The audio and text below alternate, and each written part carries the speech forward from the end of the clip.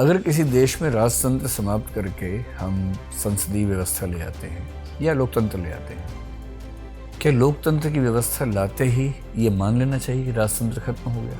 मुझे बताइए कि आजकल ये हमेशा चर्चा में है कि रुपया डॉलर के मुकाबले कमज़ोर हो रहा है। क्या मायने हैं इसके? एक रोबोट है, बिल्कुल आदमी जैसे उसका दिमाग काम कर रहा है। क्या इम्प्लीकेशंस होंगे? क्या वैचारिक आग्रह हो सकता है शराबबंदी के पीछे? संघीय जो भारतीय ढांचा है, इसमें वर्तमान में क्या चुनौतियां आप देख रहे हैं? क्या जिस तरह से मैथिली को हमने 8वीं अनुसूची में शामिल कर लिया है, क्या भोजपुरी को भी कर लेना चाहिए?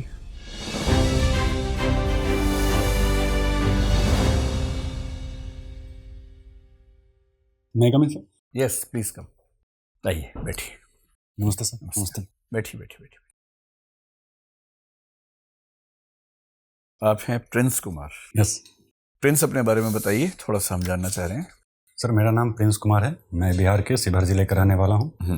मैंने अपना इनिशियल एजुकेशन गांव से कंप्लीट किया और उसके पश्चात भीमराव अम्बेडकर बिहार विश्वविद्यालय में पंडित दीनदयाल उपाध्याय कॉलेज से मैंने अपना ग्रेजुएशन 2018 में भूगोल विषय के साथ कंप्लीट किया था। ठीक है। पिछले वर्ष सर मेरा चयन इंडियन पुलिस सर्विस में हुआ था और अभी मैं सर एक्स्ट्राऑर्डिनरी लीव पे हूँ। तो आप अभी आईपीएस के सर्विस में हैं? यस।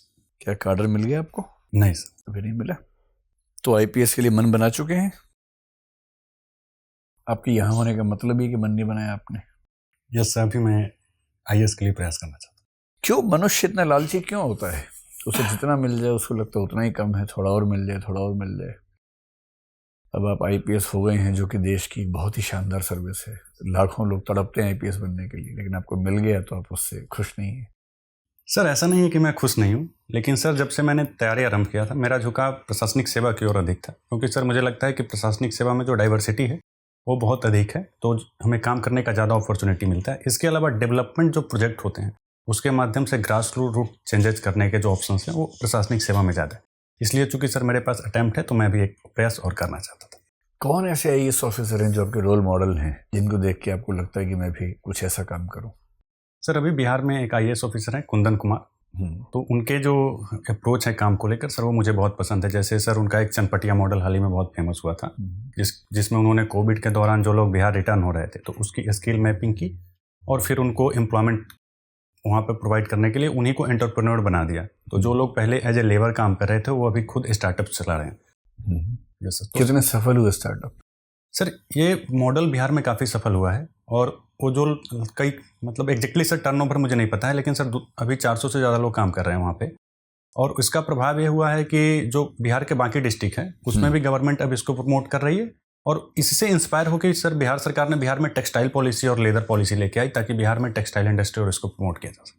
प्रिंस, ये बताइए कि आपका जो नाम है प्रिंस, वो एक तरह से राजतंत्र की याद दिलाता है, मोनार्की की याद दिलाता है।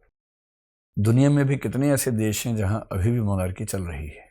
सर, वर्तमान में संवैधानिक राजतंत्र काफ़ी सारे देशों में दिखाई देता है। जैसे सर ब्रिटेन है, डेनमार्क है, इसके अलावा वहाँ पे फिनलैंड, स्वीडन, जापान, मलेशिया, ऐसे देशों में। और कहीं ऐसा भी है जहाँ संवैधानिक राजतंत्र ना हो, दरअसल राजतंत्र हो, डिफेक्टो हो? सर, मिडिल ईस्ट के कंट्रीज में हो सकते हैं सर, मुझे हो सकते हैं। क्योंकि सर वो उनकी जो शासन प्रणाली है उसको लोकतांत्रिक दिखाने का प्रयास करते हैं, बट जो एग्जैक्टली है नहीं। लेकिन उसमें भी प्रधानमंत्री, राष्ट्रपति जैसे उन्होंने पोस्ट को क्रिएट कर रखा है, लेकिन और मतलब जिस तरीके से संचालित हो रहा है वो राजतंत्रात्मक तरीके। सऊदी अरब और इन सब देशों में क्या स्थिति है अभी? सर, सऊदी अरब में भी राजतंत्रात्मक शासन है और यूएई के अंतर्गत ऐसा है कि राष्ट्रपति और ऐसा पोस्ट क्रिएट किए गए हैं, लेकिन वो भाइयों में आपस में डिवाइडेड हैं। तो इस तरीके से संवैधानिक राजतंत्र क्या होता है? उसमें संवैधानिक होने का क्या मतलब है? सर, संवैधानिक राजतंत्र यह है कि जो राज्य का प्रमुख है, संवैधानिक प्रमुख, वो फिक्स होता है। हालांकि जो शासन प्रणाली होती है वो चुनी गई सरकार के अंतर्गत होती है, जो प्रधानमंत्री के माध्यम से संचालित होती है। इसको संवैधानिक कहने का मतलब क्या हुआ? जैसे ब्रिटेन को हम बोलते हैं कि वहाँ कॉन्स्टिट्यूशनल मोनार्की है, और 1688 से हम कहते हैं कि जो ग्लोरियस रिवॉल्यूशन हुआ उस दिन से ब्रिटिश मोनार्की कॉन्स्टिट्यूशनल मोनार्की बन गई। लेकिन वहाँ तो कॉन्स्टिट्यूशन है ही नहीं लिखित। बिना लिखित संविधान के ब्रिटेन संवैधानिक राजतंत्र कैसे बना? सर, एग्जैक्टली मुझे नहीं पता, बट मुझे लगता है कि चूंकि जो शासन है वो वहाँ पर औपचारिक रूप से लिखित संविधान नहीं है, लेकिन जो अनौपचारिक रूप से जो नियम बने हैं या परंपराएं बनी उसके अनुसार से संचालित होते रही। और उसमें चूंकि जो राजा की भूमिका है वो एकदम सीमित हो गई, जो केवल सीमित भूमिका हो गई, तो उसकी वजह से चूंकि जो सारी शक्तियां थी वो प्रधानमंत्री और मंत्रिमंडल के हाथों में चलेगी, तो इसकी वजह से हो सकता है सर उसे केवल अगर किसी देश में राजतंत्र समाप्त करके हम संसदीय व्यवस्था ले आते हैं या लोकतंत्र ले आते हैं, क्या लोकतंत्र की व्यवस्था लाते ही ये मान लेना चाहिए कि राजतंत्र खत्म हो गया? सर किसी भी जो समाज होता है उसके मूल्यों में बदलाव चूंकि धीरे धीरे होता है, तो सर राजनीतिक रूप से राजतंत्र समाप्त होकर लोकतंत्र आ जाता है, लेकिन कई बार हो सकता है कि वो व्यवहार में तो सिद्ध कीजिए अप्रत्यक्ष रूप से सर दिखाई सिद्ध कीजिए कि भारत संवैधानिक तौर पर लोकतंत्र है, किंतु अभी भी भारत में राजतंत्र के बीज मौजूद हैं। सर अगर हम भारतीय राजनीतिक व्यवस्था में देखें तो जो राजनीतिक दल हैं उसमें परिवारवाद या वंशवाद जैसी स्थिति दिखाई देती है, जो अप्रत्यक्ष रूप से कहीं ना कहीं राजतंत्रात्मक शासन की ही चीज़ों को दिखाता है। इसके अलावा जो अन्य फील्ड है, चाहे वो फिल्म इंडस्ट्री हो, लॉ हो, इसके अलावा मेडिकल फील्ड, तो इसमें भी कहीं ना कहीं इस तरीके की स्थिति दिखती है जो वंशवाद से जुड़ी हुई दिखती है। तो सर वो कहीं ना कहीं अप्रत्यक्ष रूप से राजतंत्रात्मक उस शैली के प्रतीक दिखाई। वंशवाद के फायदे क्या क्या हैं? महात्मा गांधी ने स्पष्ट रूप से तो नहीं किंतु परोक्ष रूप से कुछ फायदों का जिक्र भी किया है। मतलब वंशवाद कहे कि नहीं किया, लेकिन अलग संदर्भों में किया है। क्या फायदे हो सकते हैं? सर वंशवाद का सबसे बड़ा फायदा ये हो सकता है कि जो स्किल्स का ट्रांसफर है वो आसानी से एक पीढ़ी से दूसरे पीढ़ी में हो सकता है, तो उसके माध्यम से हमें ज़्यादा योग्य लोग उस क्षेत्र में मिल सकते हैं। तो सर ये एक फायदा। जिस समय भारतीय संविधान बना उस समय जो प्रिंसली स्टेट्स थे उनको पटेल जी की बहुत अच्छी कोशिशों की वजह से उनको भारत में हमने जोड़ लिया। 3 रियासतों को लेकर दिक्कत है, हम सब जानते हैं। जब इन रियासतों को, रजवाड़ों को भारत में जोड़ा गया, इनको जोड़ने के लिए अलग अलग प्रोसेस बनाए गए। कुछ को कहा कि आप भाग ख राज्य बन जाइए, कुछ को कहा भाग ग बन जाइए, भाग घ बन जाइए। ओरिजिनल कॉन्स्टिट्यूशन में 4 प्रकार के राज्य थे और वो रियासतों को एडजस्ट करने के लिए ही थे। जल्दी से बताइए कि चारों प्रकार के राज्यों में क्या क्या अंतर था? Part A, part B, part C, part D, और ये हमारे संविधान के आप कह सकते हैं कि भाग 6, 7, 8, 9 इनमें जिक्र था इन सबका। सॉरी सर मुझे एग्जैक्टली याद नहीं है। कोई बात नहीं, आप पूछिए। प्रिंस जी, यस, आप मुझे बता सकते हैं, भारत में अभी एक चर्चा चल रही है कि शादी की उम्र लड़कियों की 18 साल से बढ़ाकर 21 साल कर दी जानी चाहिए। यस। आप बताइए मुझे कि 18 साल में हम प्रधानमंत्री को चुन सकते हैं और 3 साल इंतजार करके हम पति को चुने। अच्छा लग रहा है आपको सुनने में ये? सर चूंकि अभी इस संदर्भ में ऐसा है कि जो पुरुषों की आयु है वो 21 साल है, तो दोनों को इक्वल किया जा रहा है। और इसका सर बेनिफिट ये होगा कि जो एजुकेशन के लिए उनके पास ज़्यादा टाइम मिलेंगे, तो एजुकेशनल एम्पावरमेंट और इकोनॉमिक एम्पावरमेंट को महिलाओं में बढ़ाने के लिए सर इसको बढ़ावा देगा। ठीक है, तो बिहार के कॉन्टेक्स्ट में, ग्रामीण कॉन्टेक्स्ट में आप इस डिसीजन के इम्पैक्ट का कुछ विश्लेषण कर सकते हैं कि कौन इससे फ़ायदे में होगा और कौन नुकसान में होगा, ग्रामीण क्षेत्र में खासकर? सर अगर ग्रामीण क्षेत्र में देखें तो जो समाज के वंचित वर्ग हैं पर्टिकुलरली, जिनमें एजुकेशन और इस तरह की चीज़ों की कमी ज़्यादा है, तो वो इसको लेकर नेगेटिवली थोड़े इम्पैक्ट हो सकते हैं, क्योंकि अभी चूंकि उनमें समझ नहीं है और वहाँ पर एजुकेशन की पहुँच नहीं है, तो उनमें जो शादी की उम्र है वो कम होती है, तो उस पर नकारात्मक प्रभाव हो सकता है। लेकिन अगर हम इसको जब बढ़ा रहे हैं और उनमें अवेयरनेस को बढ़ावा देंगे तो उसके माध्यम से सर इसको टैकल किया जा सकता है। अच्छा, कुछ वेस्टर्न कंट्रीज़ में जो इलेक्शन में पार्टिसिपेट करने की एज है वो 16 से 18 के बीच में है। भारत को क्या ऐसा प्रयोग अब करना चाहिए? अभी जो हमारा यूथ है इंडिया का, एक बड़ा सेगमेंट है यूथ का, तो उनका पॉलिटिकल एम्पावरमेंट भी हो जाएगा, पॉलिटिकल प्रोसेसेस को कम एज में सीख भी जाएंगे, और एक बड़े समुदाय के द्वारा भारत के प्रतिनिधि और भारत की जो संरचना है उसके हिसाब से प्रधानमंत्री का चुनाव हो पाएगा। अगर 16 साल एज कर दी जाए तो 18 से घटा के 16। सर ये बेहतर हो सकता है, लेकिन इससे पहले सर हमें इस बात की समीक्षा करनी होगी कि क्या 16 साल में व्यक्ति इतना परिपक्व है कि वो राजनीतिक जो व्यवस्था है उसके संचालन के लिए लोगों का चुनाव कर सकते हैं। तो सर इसको लेकर सर हमें पहले समीक्षा करने की ज़रूरत है कि इसके तो राजनीतिक परिपक्वता को मेज़र करने के लिए कोई पैरामीटर है क्या? 18 साल में तो कुछ ऐसा तो मैकेनिज्म है नहीं कि कोई टेस्ट या सर्टिफिकेशन का सिस्टम नहीं है कि आप पॉलिटिकली मैच्योर हो गए हैं। कॉन्शियसनेस तो अलग चीज़ होती है, उसके लिए ज़रूरी नहीं है कि एक पार्टिकुलर एज ही आप अटेन करें। सर मैं सहमत हूँ कि मतलब इससे किया जा सकता है, लेकिन उससे पहले सर हमें कहीं ना कहीं इसकी समीक्षा करने की ज़रूरत है। इस पर ज़्यादा विचार विमर्श को बढ़ावा दिया जाना चाहिए, विशेष रूप से भी जो विभिन्न राजनीतिक दल हैं उनके स्तर पर सर्वसम्मति से इस निर्णय को लिया जाना चाहिए, और इसको लेकर एक जो पॉलिटिकल डिस्कोर्स है उसको पहले प्रमोट किया जाए, और उसमें जिस तरह की राय बने उसी अनुसार सर हमें आगे ठीक है। आपने अपनी हॉबी में मेंशन किया है वॉचिंग शॉर्ट फिल्म्स आपकी हॉबी है। आप मुझे बता सकते हैं शॉर्ट फिल्म और फीचर फिल्म में क्या अंतर होता है? सर शॉर्ट फिल्म वो होती है जिसकी अवधि 40 मिनट से कम की होती है, जबकि फीचर फिल्म्स की अवधि उससे बड़ी होती है। दूसरा अंतर ये होता है कि जो शॉर्ट फिल्म्स है वो किसी पार्टिकुलर इमोशंस पे सेंट्रिक होते हैं, उसमें एक ही कहानी को सेंटर करके बनाया जाता है, जबकि फीचर फिल्म में एक साथ कई सारी स्टोरी साथ साथ चल रही होती है, तो उसमें जो इमोशंस की जो है डाइवर्सिटी ज़्यादा दिखाई देती है। मुझे बताइए कि जो सेंट्रल फिल्म सर्टिफिकेशन बोर्ड है उसके परव्यू में क्या शॉर्ट फिल्म को भी लिया जाता है जब हम क्लासीफाई करते हैं कि किस किस वर्ग के लोगों के लिए देखने योग्य है? उसका एक पैरामीटर है, जैसे यू है, UA है, A है। सॉरी सर एग्जैक्टली मुझे तो अब मुझे बता दीजिए कि UA अगर किसी फीचर फिल्म का सर्टिफिकेशन है, इसके क्या मायने हैं? आम पब्लिक को क्या समझना चाहिए? UA का मतलब क्या है? UA मतलब यूनिवर्सल एग्जैक्टली सर कोई बात नहीं। आप मुझे बताइए फिल्म सर्टिफिकेशन अपीलेट बोर्ड का क्या मैंडेट है, क्या काम है?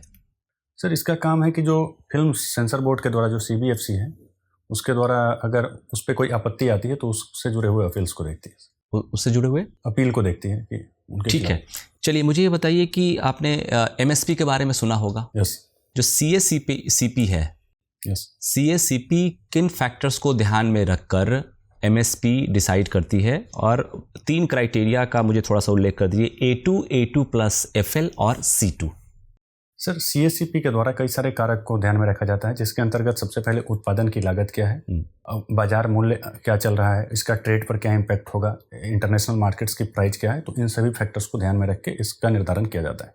सर A2 वो होता है जिसमें जो इनपुट कॉस्ट होते हैं उसको शामिल किया जाता है, जो जैसे इरीगेशन, फर्टिलाइजर, सीड की जो कॉस्ट है वो। A2+FL होता है कि इनपुट कॉस्ट प्लस जो फैमिली लेबर है, ठीक तो है, उसके जो कॉस्ट है उसको इंक्लूड करते हैं। और C2 में ये कॉम्प्रिहेंसिव कॉस्ट होता है जिसमें फैमिली लेबर, इनपुट कॉस्ट के साथ साथ कैपिटल पर जो इंटरेस्ट बनता है वो, और लैंड की कॉस्ट, लैंड की जो रेंट होगी उसको भी शामिल कर लिया जाता है। ठीक है। मुझे बताइए कि आजकल ये हमेशा चर्चा में है कि रुपया डॉलर के मुकाबले कमज़ोर हो रहा है, क्या मायने हैं इसके?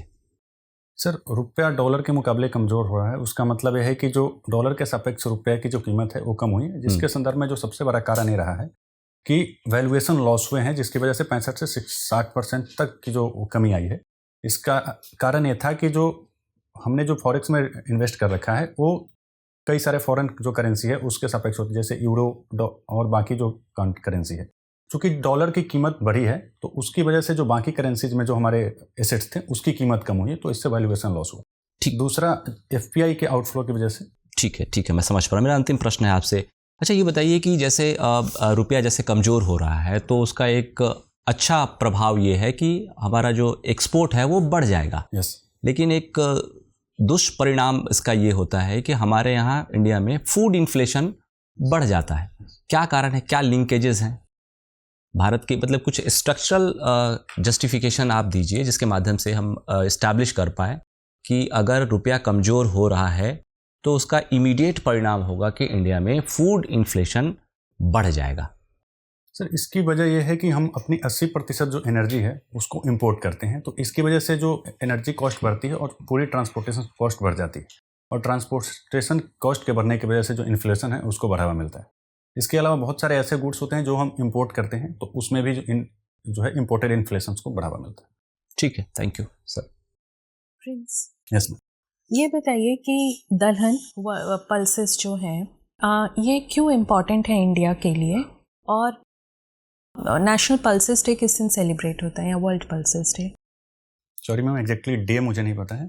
जहाँ तक पल्स का इम्पोर्टेंस का है तो अभी जो इंडिया है वो पल्स का इंपोर्ट करता है और हम सेल्फ सफिशिएंट नहीं है, तो ऐसे में इसके इंपोर्ट को कम करते हुए जो CAD है, करंट अकाउंट डेफिसिट है, उसको कम करने के लिए इसका प्रोडक्शन बढ़ावा दिया जा सकता है। दूसरा, इसके कंजप्शंस के माध्यम से जो हम न्यूट्रिशंस लेवल है उसको प्रमोट कर सकते हैं। वही तीसरा, जो हमारी जो एग्रीकल्चर सिस्टम है उसके डाइवर्सिफिकेशन को बढ़ावा दिया जा सकता है, क्योंकि मोनोकल्चर की वजह से जो फर्टिलिटी है वो कम हो रहा है। तो अगर हम दलहन की कृषि को बढ़ावा देते हैं तो लेग्यूम की वजह से जो नाइट्रोजन फिक्सेशन होता है वो बढ़ता है, तो वहाँ की फर्टिलिटी को भी प्रमोट करता है। ठीक है। एक टर्म आ रही है लगातार न्यूज़ में, न्यूरोमॉर्फिक कंप्यूटिंग या ब्रेन लाइक कंप्यूटिंग, आपने इसके बारे में सुना है? सॉरी नहीं आइडिया। इसमें मैं थोड़ा सा अगर आपको आइडिया दूं कि इसमें साइंटिस्ट ने एक आर्टिफिशियल साइनेप्स करके एक ऐसा कंप्यूटिंग मॉडल तैयार किया है जो एकदम इंसान के ब्रेन की तरह काम करेगा। आप बताइए इसके क्या इम्प्लीकेशंस होंगे हमारे समाज पे, दुनिया पे आगे, अगर ये हो जाता है पॉसिबल। एक्चुअली मुझे इसमें नहीं सोच पा रहा। एक रोबोट है, बिल्कुल आदमी जैसे उसका दिमाग काम कर रहा है, तो क्या इम्प्लीकेशंस होंगे? तो मैम इसके कई सारे परिणाम हो सकते हैं। अगर इकोनॉमिक सेक्टर्स में अगर हम देखें तो जो एम्प्लॉयमेंट है उसको लेकर क्राइसिस उत्पन्न हो सकता है, क्योंकि वो ज़्यादा बेहतर तरीके से अगर काम करते हैं तो जो स्पेशली अनस्किल्ड लोग हैं उनके एम्प्लॉयमेंट को लेकर एक खतरा उत्पन्न होगा।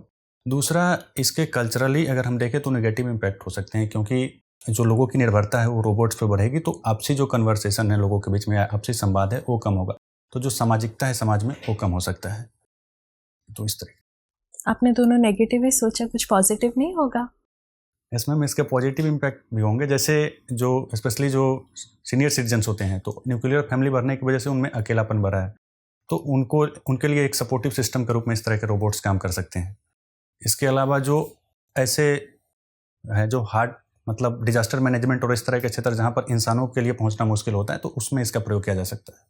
चलिए ठीक है। WHO की एक हाल ही में रिपोर्ट आई है जिसमें ये बताया गया है कि इंडिया का जो सुसाइड रेट है वो ग्लोबल एवरेज से कहीं ज़्यादा है। जैसे ग्लोबल एवरेज है 9 इन एवरी 1 लाख पॉपुलेशन, जबकि इंडिया का है 12 एवरी 1 लाख पॉपुलेशन। क्या कारण है? हमारा जो समाज है, हम हमेशा इस बात पे प्राइड लेते रहे हैं कि हम ना बहुत ऐसा समाज है जो इकट्ठा रहता है, जॉइंट फैमिली सिस्टम है, रिलीजन की तरफ काफ़ी झुका हुआ है, तो इस वजह से हमारे मेंटल प्रॉब्लम्स इतनी नहीं होंगी। लेकिन WHO रिपोर्ट इस सब को एकदम से सिरे से खारिज कर रहा है। क्या कारण है कि सुसाइड रेट इतने ज़्यादा हो रहे हैं भारत में? मैम जो सुसाइड है वो अलग अलग सेक्टर्स में अलग अलग वजह से हो रही है। जैसे अगर हम फार्मिंग के सेक्टर में देखा तो 2017 से 21 के बीच में लगभग 53,000 सुसाइड हुए, जिसका वजह एग्रीकल्चर डिस्ट्रेस है और वहाँ पर वो कहीं ना कहीं एग्रीकल्चर डेप्ट में फंस रहे हैं। ठीक है, तो एक एग्रीकल्चर हो गया। दूसरा कारण है कि जो कॉम्पिटिशन्स की भावना है उसकी वजह से यूथ में सुसाइड्स देखने को मिला, स्पेशली जो स्टूडेंट्स हैं, तो अच्छे स्कोर है, इस तरह के जो कंपटीशन है तो उसने भी नेगेटिवली कहीं ना कहीं सुसाइड्स को प्रमोट किया है। इसके साथ साथ एक वजह यह हो सकती है कि जो इकोनॉमिक डिस्ट्रेस की समस्या हो सकती है, कि जो अनएम्प्लॉयमेंट और इस तरह के जो कारण होते हैं। आपने तीनों जो कारण बताए वो ऑलमोस्ट इकोनॉमी डिस्ट्रेस है। कुछ और कारण हो सकता है सामाजिक? इसकी एक कारण ये हो सकता है कि जो न्यूक्लियर फैमिलीज बढ़े हैं तो लोगों में कहीं ना कहीं जो वो अकेलापन है वो बढ़ा है, तो उसकी वजह से अवसाद जैसी समस्याएं उत्पन्न हो सकती है। कहीं ना कहीं ये कारण भी हो सकता है कि हम मेंटल जो प्रॉब्लम्स हैं या मेंटल डिसीजेस हैं उनको हम उतने संजीदगी से नहीं देखते हैं जितने की ज़रूरत है। हमारे यहाँ वो टैबूड है, तो हो सकता है इंसान अपने आप में खोखला होता जाता है। यस मैम, ये एक बड़ा कारण है, क्योंकि भारत में अभी भी मेंटल जो प्रॉब्लम्स हैं उसको लोग कंसिडर्स नहीं करते हैं, और अगर कोई व्यक्ति इस बारे में बात भी करना चाहते हैं तो लोग उसे ही है दृष्टि से देखते हैं। तो ये एक बड़ा कारण है जिसकी वजह से लोग जब डिप्रेशन में होते हैं तब भी वो इस पर बात नहीं करना चाहते। ठीक है, धन्यवाद प्रिंस। प्रिंस, मैथिली लिटरेचर आपका ऑप्शनल है। आपके अनुसार किसी भाषा को कब समृद्ध माना जाता है?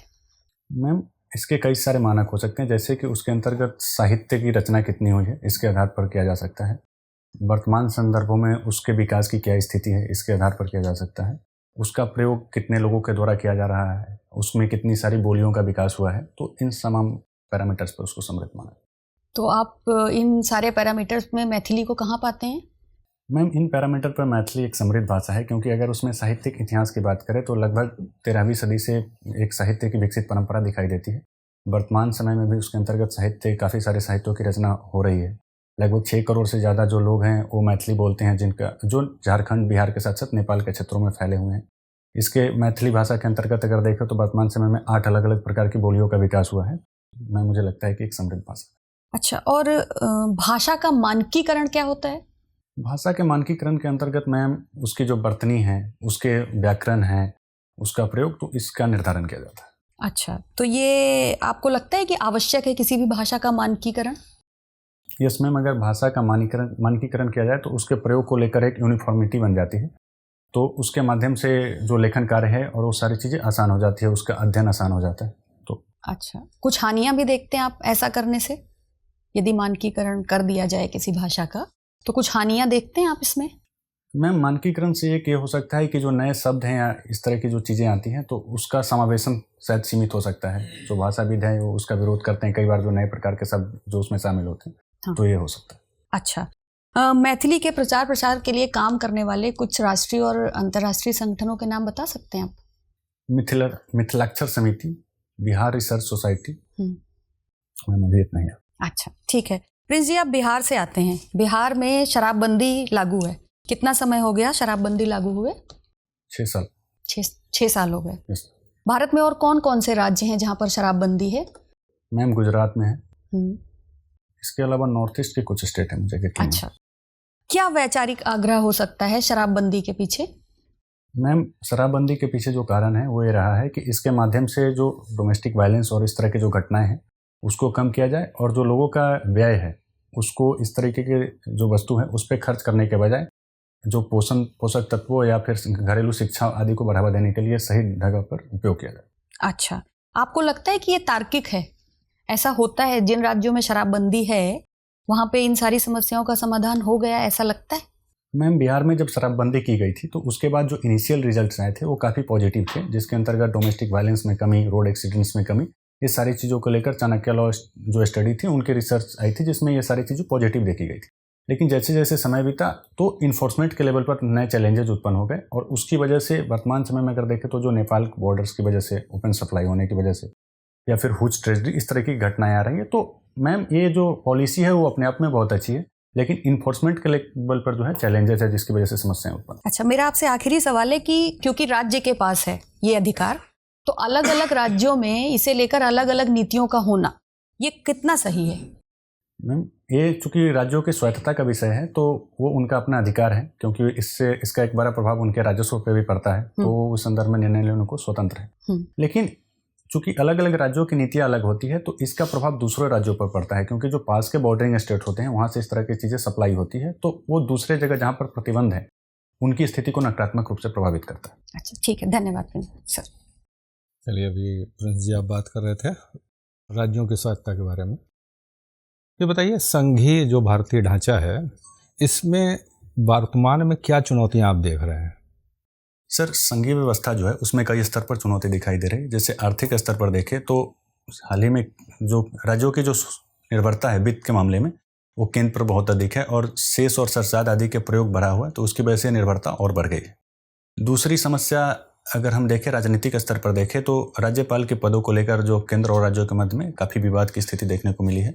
इसके अलावा कई सारे जो विषय हैं, समवर्ती सूची आई तो उसके प्रयोग के संदर्भ में भी विवाद देखने को मिला। जैसे कृषि बिल जो आई थी तो उस संदर्भ में भी कुछ राज्यों के द्वारा उसका विरोध किया गया। अच्छा, तो मतलब को मिला के इस समय जो संघीय ढांचा है इसमें राज्य और संघ के बीच तनाव की स्थितियां वो गहरी दिखाई दे रही हैं। इस तरीके की स्थिति जो है चूंकि केंद्र और राज्य संबंधों में देखें तो हमेशा कहीं ना कहीं बनी रहती है, क्योंकि जो दोनों संस्थाएं हैं वो अपने अपने संदर्भ में उसका प्रयोग करना चाहती है, तो कई बार जो राजनीतिक कारण होते हैं इस तरीके उसकी वजह से इस तरह के जो डिस्कोर्स है उसको बढ़ावा मिलता है। चलिए, देखिए, सामान्य तौर से जब विश्व की बात करते हैं तो हम ये देखते हैं कि जो संघीय ढांचा होता है उसमें राज्यों को शक्तियाँ ज़्यादा मिली हुई होती हैं। यस। और भारतीय संविधान सभा में जब ऑब्जेक्टिव रेजोल्यूशन लाया गया था तो उस समय नेहरू जी का भी विचार यही था कि स्वायत्तता ज़्यादा दी जानी चाहिए राज्यों को, जबकि हमने अंततः एक सशक्त संघ को अपना लिया।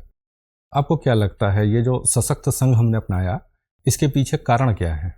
यस सर, भारत में सशक्त संघ को इसलिए अपनाया गया क्योंकि भारत में जो 500 से ज़्यादा देशी रियासत मौजूद थे, वैसे में देश में एकता और अखंडता को बनाए रखने के लिए अनिवार्य था कि केंद्र के पास ज़्यादा शक्ति हो, और इसी वजह से सर जो भारतीय संविधान के अंतर्गत जो संघीय व्यवस्था अपनाया गया वो यूएसए से भिन्न कनाडा की परंपरा पर आधारित अपनाया गया, और इसके अंतर्गत केंद्र को अधिक शक्तियाँ दी गई, जिसके अंतर्गत वो किसी भी राज्य के स्थिति में परिवर्तन कर सकते हैं या उसकी स्थिति को चेंज कर सकते हैं। तो अभी क्या लगता है 70 साल बाद हमें अब राज्यों को ज़्यादा स्वायत्तता नहीं देनी चाहिए?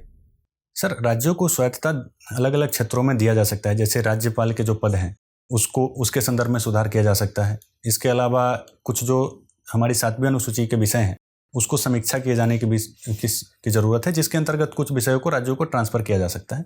लेकिन फिर भी जो अधिकतर शक्ति है, जो महत्वपूर्ण जो सुरक्षा और एकता से जुड़ी हुई शक्ति है, वो केंद्र के पास बने रहना चाहिए, क्योंकि सर अलग अलग जो विशेष करके नॉर्थ ईस्ट जैसे क्षेत्रों में अलगाववाद की समस्याएं दिखाई देती है, तो ऐसे में केंद्र के पास सशक्त होना बहुत अनिवार्य हो जाता है। यानी मतलब वर्तमान स्थिति ठीक है, जो संवैधानिक प्रावधान हैं वो ठीक हैं, या उसमें संशोधन की आवश्यकता है? सर मुझे लगता है कि जैसे 7वीं अनुसूची के कुछ विषय हैं उसमें संशोधन किए जा सकते हैं। इसके साथ साथ जो कोई राज्यपाल, सुझाव बता दीजिए संशोधन के लिए, 7वीं अनुसूची में क्या संशोधन किया जाए? सॉरी सर, मुझे एग्जैक्टली सब्जेक्ट्स नहीं याद आ रहे हैं अभी। चलिए अच्छा, ये बताइए कि अभी रूस यूक्रेन वॉर चल रही है, ठीक है। अब इस युद्ध के 3 ही परिणाम संभव हैं, एक कि यूक्रेन जीत जाए, दूसरा रूस जीत जाए, या तीसरा कोई समझौता होकर युद्ध समाप्त हो जाए। तीनों परिणाम मान लेते हैं कि तीनों में से कोई भी परिणाम आ सकता है, तो क्या वैश्विक प्रभाव आपको दिखाई देता है? हर एक परिणाम का वैश्विक प्रभाव क्या आएगा? अगर सर देखें, अगर ये रूस इस युद्ध को जीत जाता है तो उसका परिणाम ये होगा कि जो अगर वर्तमान समय में जो वेस्टर्न ब्लॉक्स हैं उनकी स्थिति को कमज़ोर करेगा, और इससे जो रसिया चाइना एक्सेस है उसकी जो जियोपॉलिटिक्स में इंपॉर्टेंस है वो बढ़ जाएगा। अगर ये इसमें यूक्रेन की जीत हो जाती है तो ये कहीं ना कहीं जो वेस्टर्न ब्लॉक्स हैं उनके लिए एक जियोपॉलिटिकल एडवांटेज को प्रमोट करेगा, और इससे रसिया के साथ साथ जो चाइना के भी जो साम्राज्यवादी नीति है उस पर कंट्रोल लगेगा। तीसरा सर, जो बेहतर स्थिति ये हो कि इसमें किसी प्रकार के एक समझौता के माध्यम से इसको बढ़ावा दिया जाए, तो इससे जो वर्तमान समय में जो कई सारी समस्याएं उत्पन्न हुई है, स्पेशली जो हम देखें ग्लोबल सप्लाई चेन्स को लेकर जो समस्याएं उत्पन्न हुई है उसका परिणाम विशेष रूप से जो ग्लोबल साउथ के देशों पर नकारात्मक हो रहा है, तो वो कम होगा और इससे एक बैलेंस की स्थिति उत्पन्न होगी। Thank you sir. फ्रेंड्स, आपने डॉक्टर अंबेडकर विश्वविद्यालय में दीनदयाल उपाध्याय कॉलेज से पढ़ाई की है ना? यस। ये दोनों चिंतक प्रायः विरोधी धाराओं के चिंतक हैं। यस। डॉक्टर अंबेडकर का रुझान सामाजिक समानता की तरफ है और उपाध्याय जी का रुझान सांस्कृतिक राष्ट्रवाद की तरफ है। क्या कोई ऐसे कॉमन पॉइंट्स हैं जहां पर ये दोनों विचारक सहमत हों? Yes sir. सर जैसे दीनदयाल उपाध्याय जी ने अंत्योदय की बात की थी, जिसका विचार ये था कि हमारे जो नीति हैं वो समाज के जो सबसे अंतिम तबके में खड़े लोग हैं उनके संदर्भ में होने चाहिए। और जब अंबेडकर जी दलितों की बात करते हैं या फिर महिला सशक्तिकरण की बात करते हैं तो वो भी समाज के उसी वंचित वर्ग के संदर्भ में बात कर रहे होते हैं। तो सर मुझे लगता है कि इस मुद्दे पर दोनों में एक सहमति। एकात्म मानववाद का मूल अर्थ क्या है? जब दीनदयाल उपाध्याय जी ने इसका जिक्र किया, क्या अर्थ लिया इससे? सर जो एकात्म मानववाद की अवधारणा है वो जो तत्कालीन समय में जो समाजवाद और पूंजीवाद जैसी विचारधारा थी उसको खंडन करते हुए आई थी, जिसके अंतर्गत उन्होंने ये कहा था कि जो ये दोनों विचारधाराएं हैं वो व्यक्ति के केवल भौतिक आवश्यकताओं की बात करती है, जबकि चूंकि व्यक्ति एक केवल शरीर नहीं बल्कि एक मन भी है, तो ऐसे में उसकी आत्मिक आवश्यकताएं भी होती है। तो हमें दोनों को एकीकृत रूप से देखने की आवश्यकता है। जब संस्कृत से मैथिली बन रही थी, यस, तो मैथिली बनने के प्रोसेस में जो बीच की एक अवस्था थी अभ्रंश, एक अभ्रंश थी मागधी अभ्रंश। उस अभ्रंश से मैथिली भी बनी, मगही बनी, भोजपुरी बनी, ओडिया बनी, बांग्ला बनी, असमिया बनी। वो कौन सा पॉइंट है जहां से बांग्ला, असमिया, ओडिया और मैथिली में डिफरेंसेस आने शुरू हुए? क्योंकि एक समय तक ये सारी भाषाएं एक ही परंपरा की हैं। कौन से पॉइंट से अंतर आ रहे हैं, और वैसे कौन से 2-3 प्रमुख अंतर हैं जो आप बता सकते हैं कि इन भाषाओं में दिखते हैं? जो सर मैथिली और बाकी भाषाओं में अगर अंतर के स्तर पर देखते हैं तो सर जैसे जो भविष्य काल के संदर्भ में मैथिली में ब का प्रयोग, त का भी प्रयोग होता है अन्य के साथ, जबकि अन्य भाषाओं में नहीं होता। इसी तरीके से सर जो मैथिली भाषा है उसमें शतार्थक क्रियापद, वर्तमान शतार्थक क्रियापद में थ के लिए प्रयोग करते हैं, जैसे थिक का प्रयोग करते हैं, जो बाकी भाषाओं में नहीं दिखाई देती है। इसके अलावा सर जो लिंग भेद है उसके संदर्भ में, जैसे सर मैथिली के में जो है मुख्य क्रिया में कोई लिंग भेद नहीं होता है, जैसे वो जाए तो दोनों के लिए समान होता है। तो इस तरीके के सर अंतर दिखाई देते। मुख्य क्रिया में तो हिंदी में भी लिंग भेद नहीं है, संस्कृत में भी लिंग भेद नहीं है। सर जैसे वह जाता है, जाती है, तो अलग अलग। अच्छा, जाता और जाति में, ठीक बात है। संस्कृत में नहीं है, हिंदी में है, ठीक है। ये बताएं कि क्या जिस तरह से मैथिली को हमने 8वीं अनुसूची में शामिल कर लिया है, क्या भोजपुरी को भी कर लेना चाहिए? सर किसी भी भाषा को 8वीं अनुसूची में शामिल करने के लिए हमें कुछ चीज़ों का ध्यान रखना चाहिए, जिसके अंतर्गत उसकी साहित्यिक समृद्धि, भाषा विज्ञान का विकास, लिपि आदि इन सब चीज़ों का ध्यान रखा जाना चाहिए। वो सब तो कहने की बात है, सीधे बताइए हाँ या ना। सर मुझे लगता है कि इन चीज़ों की समीक्षा के आधार पर अगर वो सही पाया जाता है तो सर वो सब छोड़िए ना, आपने समीक्षा कर ली है, अपने मन से बताइए। सर मेरी राय है कि सर उसको शामिल किया जाना चाहिए। अगर मेरी ठीक है फ्रेंड्स, सबसे बात करके बड़ा अच्छा लगा। अब आप जा सकते हैं।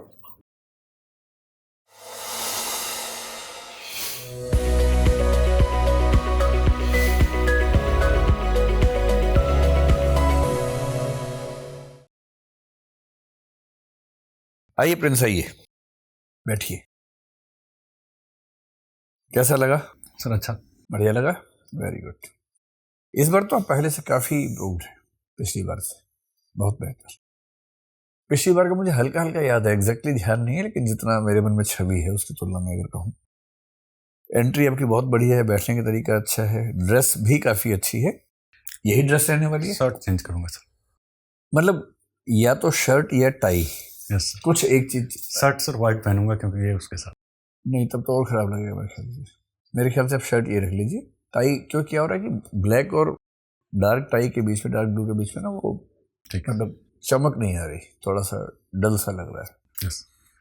और अगर आपके पास चश्मा दूसरा हो, या चश्मे का नंबर है या ऐसे ही पहनते हो? नहीं नंबर है सर। हाँ, तो इससे थोड़ा सा आप मतलब अपनी उम्र से 10 साल ज़्यादा बड़े लगते हैं ऐसे वाले चश्मे में। तो कोई दूसरा हो तो ठीक है, वरना कोई दिक्कत नहीं है। अरे स्मार्ट तो आप खतरनाक लग ही रहे हैं, लेकिन उसमें थोड़े और छोटे लगेंगे, लेकिन ठीक है, ऐसा तनाव नहीं लेना है। इंट्रोडक्शन बढ़िया था।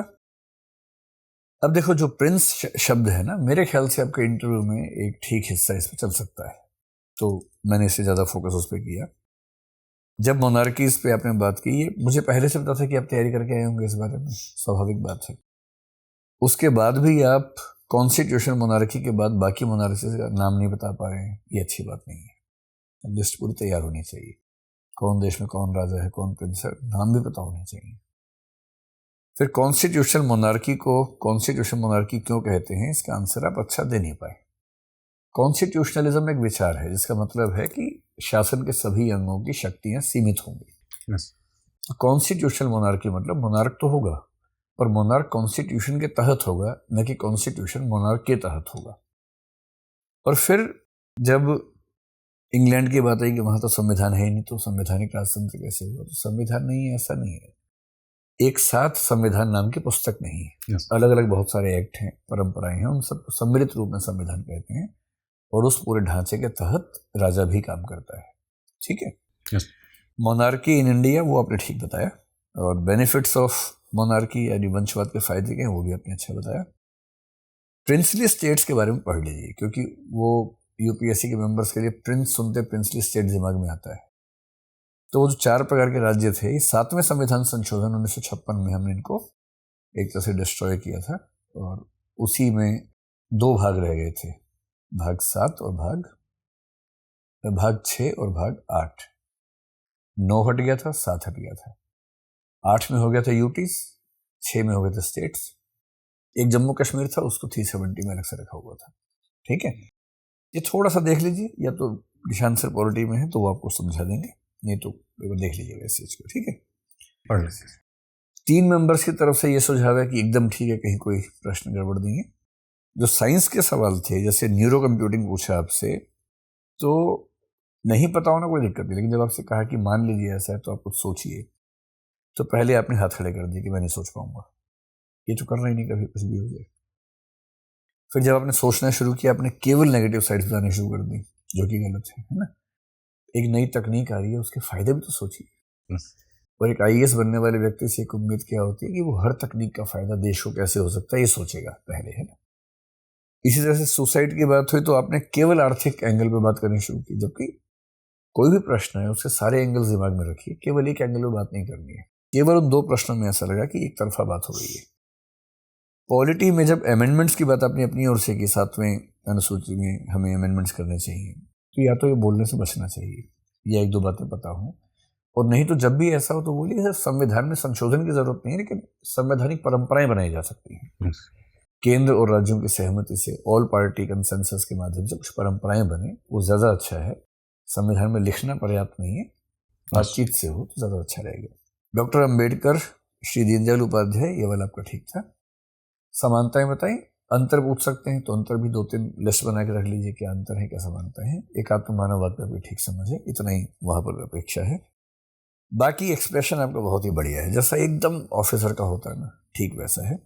स्टेबिलिटी है, स्पीड बहुत अच्छी है, आप जिस स्पीड से बात कर रहे हैं ना वो बहुत इम्पैक्टफुल है, और मॉड्यूलेशन भी ठीक है। केवल एक है कि आप अंग्रेजी के शब्दों में अकारण बहुवचन का इस्तेमाल करते हैं, जैसे डिप्रेशंस हो गए हैं। अब डिप्रेशन थोड़ा होता है, डिप्रेशन होता है ना।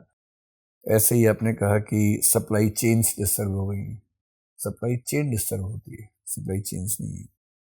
एक जगह वेस्टर्न ब्लॉक्स वेस्टर्न ब्लॉक है, ब्लॉक का मतलब बहुत सारे देश एक साथ हैं। अगर ये कंट्रोल में है तो ध्यान दीजिएगा, इतने कम टाइम में कई बार मुश्किल होता है, मुश्किल तो छोड़ दीजिए, केवल आपको मैंने संकेत कर दिया कि ये एक चीज़ है, ध्यान दे सकते हैं। आपका इंटरव्यू यूपीएससी में 10 फरवरी को है। उस दिन वर्ल्ड पल्सेस डे है, तो वो थोड़ा सा ध्यान से देख लीजिएगा पहले उसके बारे में, ठीक है? कुछ पूछना है आपको? ठीक। आपको तो एक ही मतलब प्रेफरेंस है IAS, कुछ और तो है नहीं, और हमें तो ऐसा लग रहा है कि वो मिल जाएगा आपको इस बार। ठीक है सर, मेंस के हिसाब से होगा। अरे हो जाएगा, बस अच्छे से इंटरव्यू दो।